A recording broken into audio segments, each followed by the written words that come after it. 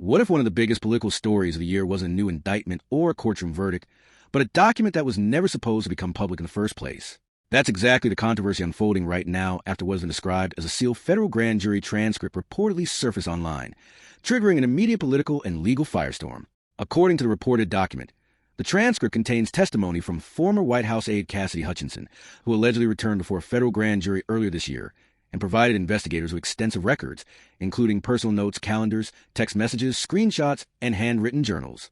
If those reports are accurate, the questions raised by that testimony could have significant legal and political consequences. But before diving into the details, it's important to remember one thing. A leaked document is not the same as a court ruling, and allegations contained in testimony are not automatically proven facts. Every claim still has to be independently verified through evidence, witnesses, and the legal process. According to the reported transcript, prosecutors questioned Hutchinson about communications involving senior officials following the 2024 election. During that testimony, she allegedly stated that she had maintained a personal record of conversations, schedules, and messages instead of relying solely on official government records. That detail immediately caught the attention of legal analysts because personal journals and privately maintained notes can sometimes become valuable evidence if they are authenticated and supported by additional documentation. The reported testimony claims that investigators reviewed text message screenshots, calendar entries, and handwritten journals that Hutchinson had preserved over time. Whether those materials ultimately become admissible evidence would depend on the courts, but their existence, if confirmed, could become an important part of the investigation. The reported testimony goes even further. According to the leaked document, prosecutors introduced what they described as exhibits containing text message exchanges connected to the period immediately following the presidential election. Those alleged communications reportedly involved discussions about coordinating calls with political and legal figures connected to several battleground states. The testimony also reportedly references conference calls involving multiple participants and discussions surrounding election certification strategies. These are serious allegations, and at this stage they remain exactly that: allegations contained within reported testimony that has not yet been fully tested in open court. One of the reasons this reported leak has generated so much attention is because it allegedly includes dates, names, and descriptions of meetings that investigators could potentially compare with phone records, calendars, travel schedules, and digital evidence.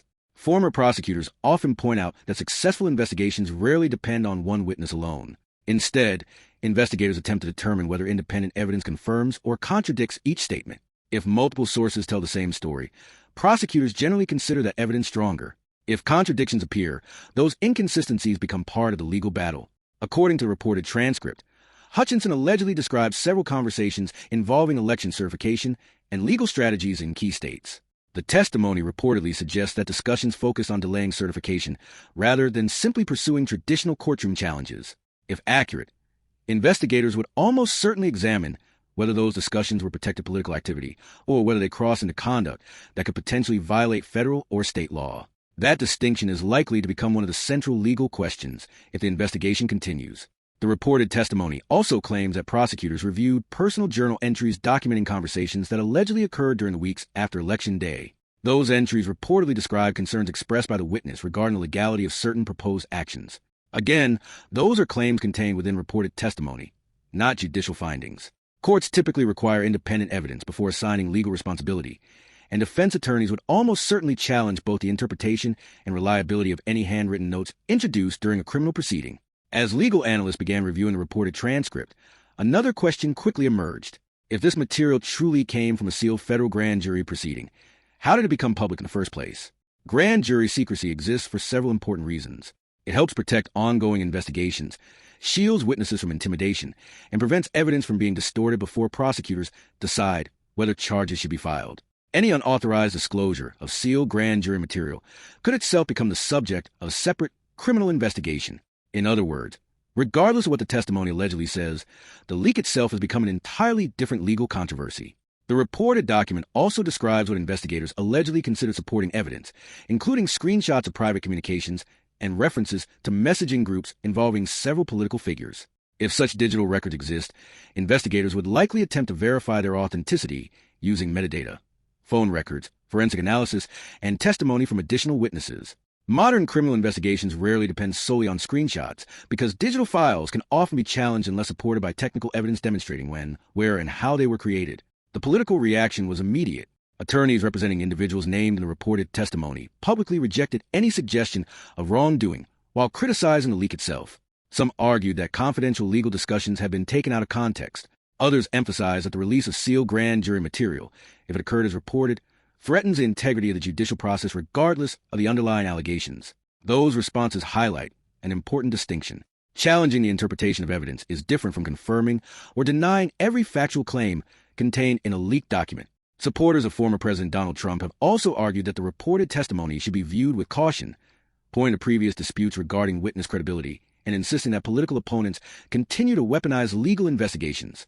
Critics, meanwhile, argue that the level of detail described in the reported transcript deserves careful examination by investigators and the courts. These competing narratives have fueled intense debate across the political spectrum, with each side interpreting the reported leak very differently. As the story continued to unfold, legal observers focused less on the political arguments and more on the evidence.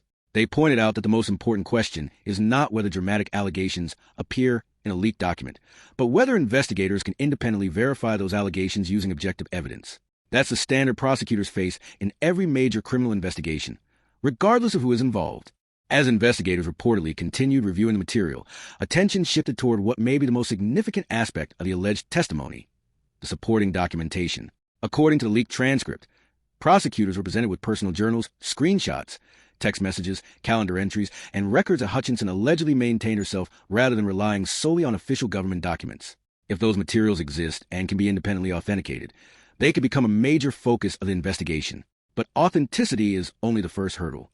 Prosecutors would still need to establish context, determine who created each record, verify when it was created, and connect it to other pieces of evidence before any conclusions could be reached. Another reported section of the testimony describes discussions involving alternate elector strategies and communications between political advisors and state-level officials following the election. According to the transcript, investigators questioned Hutchinson about conference calls, meetings, and planning sessions that allegedly involved several well-known political figures. Those claims remain allegations contained in reported testimony, and each one will require independent verification before carrying legal weight. Defense attorneys would almost certainly challenge both the witness's recollection and the interpretation of any documents introduced during future proceedings. One of the most talked about portions of the reported transcript involves alleged digital communications, including references to group chats and private messaging platforms. According to the leaked document, investigators were shown screenshots of conversations discussing legal strategies and election-related planning. If those messages are genuine, digital forensic experts would likely attempt to recover original records directly from devices or service providers whenever legally possible. Metadata, timestamps, account ownership, and technical verification would all become essential pieces of the investigation. Without that level of verification, screenshots alone rarely settle complex criminal cases. Legal experts have repeatedly emphasized that testimony is only one part of a much larger process. A witness can describe events in detail, but prosecutors still have a burden of proving every essential element using reliable evidence. That means comparing testimony with phone records, emails, travel logs, financial records, surveillance footage when available, and statements from other witnesses. In many major investigations, corroboration matters just as much as the original testimony itself. Meanwhile, the reported leak has created an entirely separate legal issue. Federal grand jury proceedings are designed to remain confidential for a reason. They protect ongoing investigations, preserve the integrity of witness testimony, and reduce the risk of outside influence before charging decisions are made. If someone intentionally released sealed grand jury material without authorization, that action alone could trigger a separate federal investigation regardless of what the leaked testimony actually contains. As a result, investigators could eventually find themselves examining two different questions at the same time: whether the allegations described in the testimony are supported by evidence, and how confidential material allegedly became public in the first place. The political response has been just as intense as the legal debate. Attorneys representing individuals mentioned in the reported testimony have strongly rejected suggestions of wrongdoing and argued that confidential legal discussions have been mischaracterized. Others have focused almost entirely on the leak itself, insisting that illegally releasing grand jury material undermines confidence in the justice system.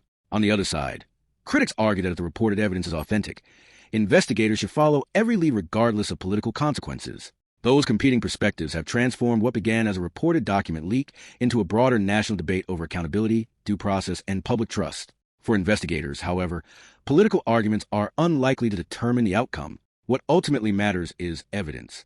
Every claim must be tested. Every document must be authenticated. Every communication must be verified. Every timeline must be compared against independent records.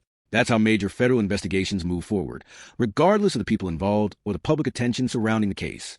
If prosecutors conclude that the reported testimony is supported by sufficient independent evidence, The investigation could move toward additional legal action. If key claims cannot be verified or are contradicted by other evidence, the legal picture could change dramatically. At this stage, there are still more questions than answers, and many of the most important facts remain unavailable to the public. Perhaps the biggest unanswered question is why this reported transcript surfaced now. Was the leak intended to influence public opinion? Was it designed to pressure witnesses? Was it an attempt to expose information that someone believed should become public? Or was it something else entirely? Until investigators determine who was responsible for the alleged leak and why it occurred, those questions are likely to remain the subject of intense speculation rather than established fact. For now, the reported testimony represents one piece of a much larger legal process that is still unfolding. Whether the allegations ultimately lead to charges, are challenged successfully in court, or result in no further action will depend on evidence that is yet to be fully examined through the judicial system. As additional court filings, official statements, and verified documents become available, a clearer picture will emerge. Until then, separating confirmed facts from allegations remains essential, because in any major legal investigation, the evidence, not the headlines, will ultimately determine the outcome.